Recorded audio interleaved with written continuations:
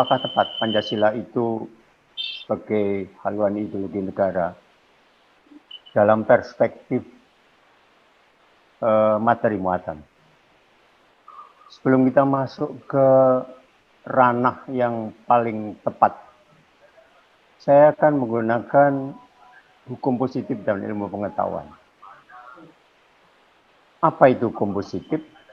Kita semua sudah tahu bahwa pasal 5 ayat 1 Undang-Undang Dasar mengatakan bahwa undang-undang adalah hukum tertulis yang dibentuk oleh Presiden dengan persetujuan bersama DPR. Beda dengan kemudian apa itu lapangan ilmu pengetahuan. Pada lapangan ilmu pengetahuan itu ada dua, yaitu formal dan informal. Yang undang-undang formal itu sama dengan apa yang dikatakan ketentuan pasal 5 ayat 1, sedangkan dalam hukum materialnya itu adalah yang lazim disebut peraturan perundang-undangan. Tadi Pak Badar Galung sudah menyebutkan, tapi mohon maaf bahwa undang-undang itu sudah dirubah, bukan Undang-Undang nomor 12 tahun 2011, tetapi Undang-Undang nomor 15 tahun 2019 tentang perubahan atas Undang-Undang nomor 12 tahun 2011 tentang pembentukan peraturan undangan. Memang dijelaskan di sana bahwa Undang-Undang Dasar sebagai satu supreme law, hukum yang tertinggi. Di bawahnya ada ketetapan MPR, Undang-Undang Sadar dengan Perpu, peraturan pemerintah, presiden, peraturan presiden, perda, provinsi dan kabupaten kota. Di sana dijelaskan bahwa Undang-Undang Dasar 45 adalah bentuk peraturan perundang-undangan yang tertinggi, menjadi dasar dan sumber bagi semua peraturan perundangan yang ada di bawahnya. Sesuai dengan prinsip negara hukum, maka setiap peraturan perundang-undangan harus berdasar dan bersumber dengan tegas pada peraturan undangan yang berlaku. Dari sini saya akan masuk kepada satu pemikiran bahwa kalau kita pakai colokan, kemudian kita tes pen kita masukkan, dengan tegas ada hal-hal yang diatur oleh undang-undang itu. Yang pertama, secara tegas diatur oleh Undang-Undang Dasar 45. Kalau kita melihat yang secara tegas diperintahkan oleh UUD 45, sebelum Undang-Undang Dasar diubah, itu kira-kira ada 18. Segala sesuatu yang diatur oleh undang-undang.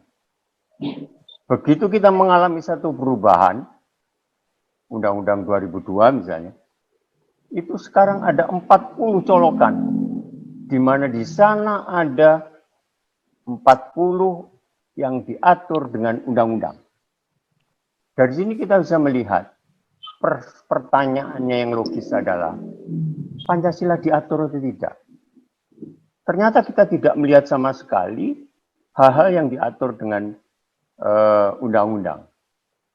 Sehingga pada hakikatnya materi muatan itu adalah mengatur lebih lanjut ketentuan Undang-Undang 45 yang meliputi hak asasi manusia, hak dan kewajiban warga negara, pelaksanaan dan penegakan kedaulatan negara, serta pembagian kekuasaan negara, wilayah dan pembagian daerah, kewarganegaraan dan kependudukan, serta keuangan negara. Pada ketentuan pasal 2 Undang-Undang nomor 15 tahun 2019, memang di sana dikatakan bahwa sumber dari segala sumber hukum negara. Selain itu, sebagai dasar negara, ideologi negara, atau dasar falsafah negara. Karenanya maka, setiap materi muatan perundang-undangan tidak boleh bertentangan dengan nilai-nilai yang terkandung di dalam Pancasila.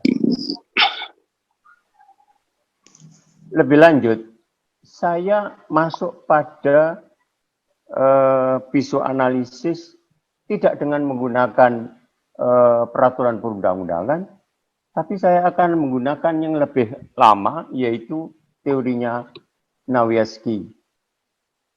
Di dalam teori Nawaski itu disebutkan bahwa yang paling tinggi adalah Staats Fundamental Norm.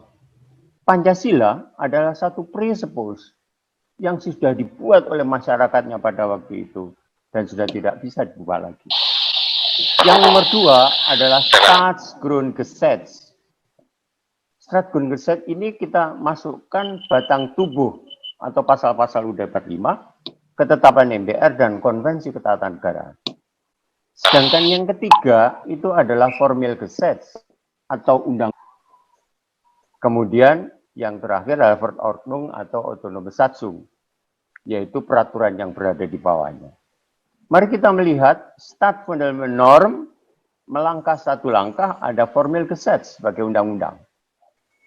Kalau kemudian kita asumsikan bahwa Pancasila itu harus menjadi sebuah undang-undang, betapa degradasinya sebuah Staatsfundamental Norm masuk kepada Formulgesetz. Ada satu pikiran-pikiran yang meloncat. Pikiran-pikiran di sini kemudian kita perlu berpikir secara jernih, akankah Pancasila itu harus dijadikan sebuah undang-undang dan tentu akan menurunkan derajat hukumnya. Lalu kalau kita berbicara tentang haluan ideologi Pancasila, saya setuju dengan apa yang disampaikan oleh Pak Uta Galung.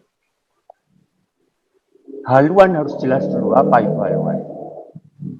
Kalau saya membaca yang baru saja dibuat RUU-nya, haluan itu sebagai pedoman bagi penyelenggara negara dalam menyusun kebijakan, perencanaan, perumusan, harmonisasi, sinkronisasi, pelaksanaan, dan evaluasi terhadap program pembangunan nasional di berbagai baik pusat maupun daerah yang berlandaskan pada nilai-nilai Pancasila.